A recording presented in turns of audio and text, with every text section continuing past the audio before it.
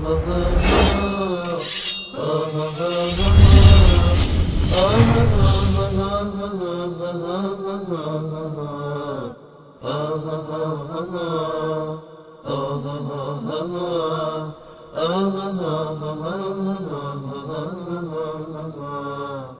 علیکم بیننده گرامی، بفرمایید.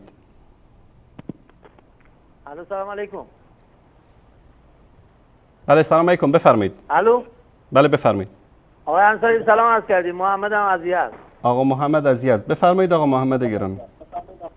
حال شما خوبه آقای انصاری؟ سلامت باشید. آقایون اگر واقعا علم دارن، منطق دارن، دروغگو نیستن، بی سواد نیستن، بابا جان بیان علمی پاسخ بدن. آقای قزوینی گفته که در منهاج السنه جلد 6 صفحه 331 شیخ الاسلام ابن تیمیه سران مذاهب اهل سنت رو کافر و زندیق خطاب کرده.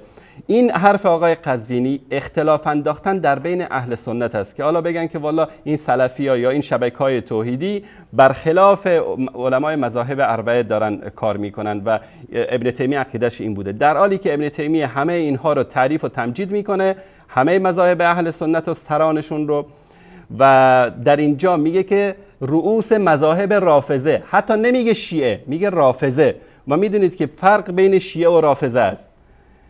میگه که اینها کافر و زندیق بودن. خب یک عالم، یک آیت الله با این وزن، با این عبا و قبا و عمامه، 200 تا کارشناس هم تو شبکش نشستن، 13 گروه علمی هم دارم، نمیان بهش بگن که آقا چرا به این وقاحت میای دروغ میگی؟ آقا محمد. بله آقای انصاری، حالا ببینید در رابطه با همین مسئله ابن تیمیه آقای انصاری، البته اینجا من یه بحثی از اول شما میکنید، این ابن تیمیه در طول همین چیز آورده در رابطه با نوشته رافضه، همه موضوعاتی هم که داره صحبت میکنه در رابطه با رافضیان، که میگه مذهب رافضی اینجوریه، مثلا خوارج اینطورین، اونا اینطورین، آخر کار میگن اصل المذهب فلان. اینجا چرا مثلا اگر گفته بود اصل مذهب رافضی اینجوری این مشکلات نبود؟ الان اون استنباطی هم که آقای قزوینی میگن که اصل المذهب فلان و اینا، این به نظر میرسه چون زمینه پیش زمینه داره آقای ابن تیمیه، که مثلا میگه که تو مجموع الفتاوا که کسانی که مالک یا شافعی یا احمد یا ابو حنیفه تعصب داشته باشن و فتوا یکیشون خصوصی رو صحیح بدونن و کسای دیگه غلط بدونن، این آقا میگه گمراهه، شاید هم کافر باشه. یا اگر بگه حرف مثلا مالکی درسته و کسای دیگه که مخالفش هستن غلطه، این اصلا کافره، این باید توبه کنه ولی باید اعدامش کنه. اینا پیش زمینه‌های تو به حال فکر و ذهن آقای قزوینی بوده. این اصل المذهب هم که گفته به حال درسته که صحبت کرده از رافضی‌ها و فلان و اینا، ولی آخر کار نتیجه‌ای که گرفته گفته بابا همه اینا به حال همراه هم دیگه، اصلا کل مذهب، همه مذهبایی که درست شده در رابطه مثلا با یهود و نصارا و اینا.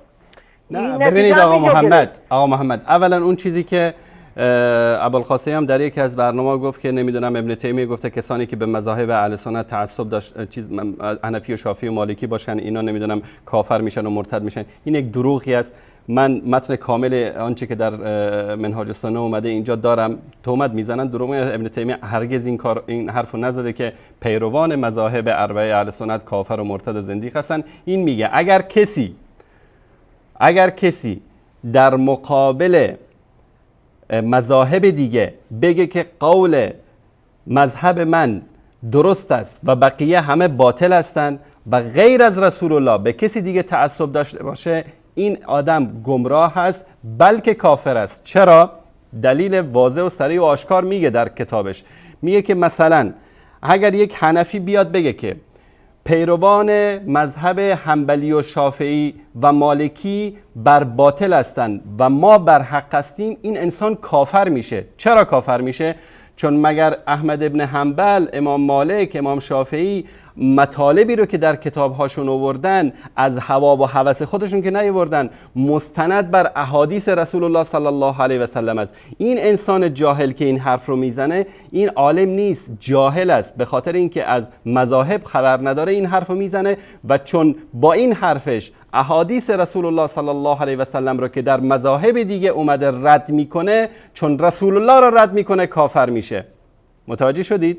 و در همون جا میگه که اگر ما کسی پیروی بکنه از یک مذهبی و با تعصب نداشته باشه و به بقیه کار نداشته باشه هیچ مشکلی نداره. همه اینا به خاطری که از دروغ آیت الله قزوینی دفاع بکنن اومدن این مطلب رو گفتن. ثانیاً ببینید در همون صفحه 2 سطر بالاتر، خب کسی که آیت الله میشه، انسان محقق میشه، باید بخونه متن و کامل بدونه که قضیه چی است. احمد جان نشون بده. در اینجا میگه که لیس فی الطوائف اکثر تکذیبا بالصدق و تصدیقا بالکذب من الرافضه. در بین فرقه ها میگه دروغگوتر و تصدیق کننده تر دروغ از رافضه وجود نداره. فإن رؤوس المذهب و ائمة الذين ابتدعوا اساسوا كانوا منافقین زنادقه. رؤوس این مذهب کی؟ رافضه. و ائمه‌ای که اینو تأسیس کردن و این بدعت رو آوردن منافقین و زندیق بودن. کما ذکر عن غیر واحد من اهل العلم، چنانچه از بقیه اهل علم هم ذکر شده. و هذا ظاهر لمن تملوا بخلاف قول الخوارج. در اینجا میگه که به خلاف خوارج که حرفایی که میزدن تعویل قرآن بود و وعیدیه و قدریه و غیره رو ذکر میکنه. کان اصل مقصود نفی التکفیر اما صدق الرسول. اصل اهدافشون، اصل هدفشون یعنی هدف کفر و زندقه نبوده. ولهذا رؤوس المذاهب الذي ابتدعوها لم يقل احد انهم زنادقه والمنافقين. به خاطر این میگه رؤوس خوارج و وعیدیه و قدریه و غیره رو کسی نگفته که اینها چی هستن؟ کافر و منافق و زندیق هستن، به خلاف رافضه. فإن رؤوسهم كانوا كذلك مع ان كثير منهم ليسوا منافقين ولا كفار. رؤوس مذهب رافضه میگه چی بودن؟ کافر و زندیق بودن. متوجه شدید؟ وقتی که انسان محقق اینقدر متوجه نشه، در ادامه همین مطلب میگه و اصل المذهب، نگفته اصل المذاهب، گفته اصل المذهب. این برمیگرده به همون موضوعی که داره در موردش صحبت میکنه و این در ادبیات عربی یک مسئله خیلی پیش پا افتاده و ساده است که اگر که یک جوی آقای قزوینی از ادبیات عرب اطلاع می داشت این برداشت غلط و اشتباه رو نمی کرد. در اینجا میگه و اصل المذهب، یعنی اصل مذهب رافضه که داشته در موردش صحبت می کرده، انما ابتدعوا زنادقه و منافقون مرادم افساد دین الاسلام. میگه اصل مذهب رافضه رو زنادقه و منافقون تصدیق کردن، مرادشون افساد دین بوده. اگر منظور مذاهب اهل سنت می بود، یک که بچه کلاس اول ابتدایی هم میفهمه که مذهب یعنی یک مذهب، مذاهب یعنی 4 مذهب. و این دیگه چی کار بکنیم؟ این آقا اینطوری هست. در همین صفحات بعد میاد از ابو حنیفه و از بقیه تعریف و تمجید میکنه. ببینید آقای انصاری، این چیزایی که شما فرمودید به حضور شما هست کنند که این صحبت میشه، حتی همونا رو آخر کار میگه اینا حرام هستن و اینا کار حرام میکنن و به هر حال اینا رو توبیخ میکنه. همون مذاهب که نام بردید شما، خوارج و ببینید نص حرف ابن تیمیه چی است؟ میگه و من رحمت الله بعباده المسلمین، میگه از رحمت خدا به بندگان مسلمانش این است ان الائمه الذين لهم في الامه لسان الصدق. میگه ائمه‌ای که راستگو بودند در بین امت، مثل الائمه الاربعه، مانند ائمه اربعه و غیرهم و غیر از آنها، کمالک و ثوری و الاوزاعی و لیث بن سعد و شافعی و احمد و اسحاق و ابی عبید و ابی حنیفه و ابی یوسف و محمد، حتی شاگردان امام ابو حنیفه رو میگه که اینا ائمه دین بودن، لسان صدق داشتن، اینا سبب رحمت الهی بر بندگان بودن. کانوا ینکرون علی اهل الكتاب من الجهمیه قول فی القرآن و الایمان و صفات الرب. میگه انکار میکردن بر جهمیه سخنان ناشایستی که در باب اعتقاد به اسما و صفات الهی میزدن. ابن تیمیه میگه تعریف و تمجید میکنه و این آقای دروغگو میاد میگه که یعنی آقا محمد، من اگر شما موضوع خاصی دارید صحبت کنید، مشکلی نیست، اما یک آیت الله نباید دروغ بگه، یک محقق نباید دروغ بگه. اگرم که اشتباه کرده بابا جان بیاد بگه اشتباه کرده. والله هر روزی که اومد گفت اشتباه کرده دیگه از این غلط ها نمیکنه، دیگه به شیخ الاسلام تهمت دروغ نمیبنده، همون روز ما این کلیپ رو متوقف میکنیم، دیگه پخش نمیکنیم. آقای انصاری ببینید آقای انصاری، این آقای ابن تیمیه در رابطه با مذهب میگه، درسته که دفاع کرده از ابو حنیفه و از مذهب رافضه، مذهب رافضه ایشون خب دفاع کرده به قول شما از سران ائمه چهارگانه شما، ولی اصل مذهب که اونا درست نکردن. ابو حنیفه که نیومد مذهب درست کنه. آقای به حضور شما هستم که احمد حنبل که مذهب درست نکرد، کسان دیگه مذهب حنبلی درست کردن، مذهب شافعی درست کردن، مذهب مالکی درست محمد جان برادر عزیز و بزرگوار، این که ائمه اهل سنت مذاهب درست کردن نکردن ربطی به این مسئله نداره. وقتی یک آخوند میاد، ببینید مشکل ما چی است با آقای قزوینی؟ مشکل ما این است که ایشون میاد میگه که ابن تیمیه سران مذاهب اهل سنت و پیروانشون رو کافر و زندیق میدونه. این حرف خیلی بزرگیه. اگر ایشون دروغگو نیست بیاد اینو ثابت بکنه. در کجا اینو گفته؟ اما اینکه مثلا ابن تیمیه درسته، ابن تیمیه مخالف تعصب مذهبی است، ابن تیمیه مخالف این است که انسان به یک مذهب خاصی تعصب داشته باشه. ابن تیمیه میگه ما باید عاقل باشیم، آزاد فکر بکنیم، هر حدیث صحیحی که به ما رسید مذهب ماست. همین حرفو ابو حنیفه هم گفته، همین حرفو امام شافعی گفته، همین حرفو امام جعفر صادق هم گفته. درسته.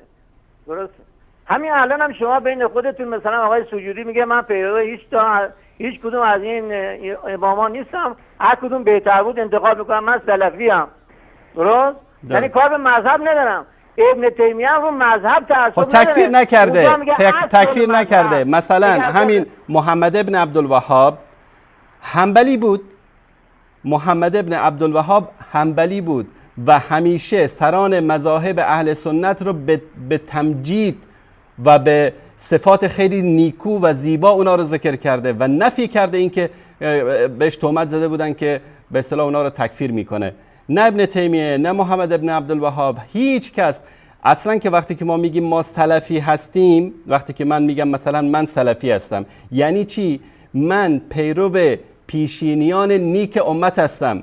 اگر ابو حنیفه از سلف صالح نباشه، اگر که امام مالک و امام شافعی و احمد ابن حنبل از سلف صالح نباشه، اگر احمد و یوسف و ابو یوسف و غیره از سلف صالح نباشن، اگر تابعین و صحابه سلف صالح نباشن، پس کیه سلف صالح؟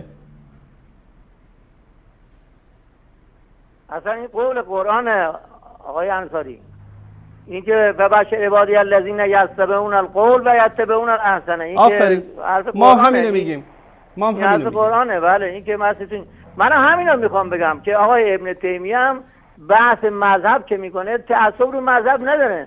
یعنی واقعا خب همین حرف هم درسته که کسی مثلا اونجوری که به هر حال تعصب داشته باشه، اینجوری که شما گفتید که اون کافره، این به هر حال حرف فکر میکنم که درستی نیست که کسی بگه آقا اعتقاد من درسته، طرف من کافره یا مثلا اشتباه. باید حرفا رو گوش کرد، هر کدوم بهتر بود انتخاب کرد. ولی اون اصل المذهب اگر که ایشون زحمت کشیده بود، چون رافضه را آقا محمد برادر عزیز و بزرگوار، ما امیدواریم ما امیدواریم آقای قزوینی این شهامت و مردانگی و شجاعت رو داشته باشه.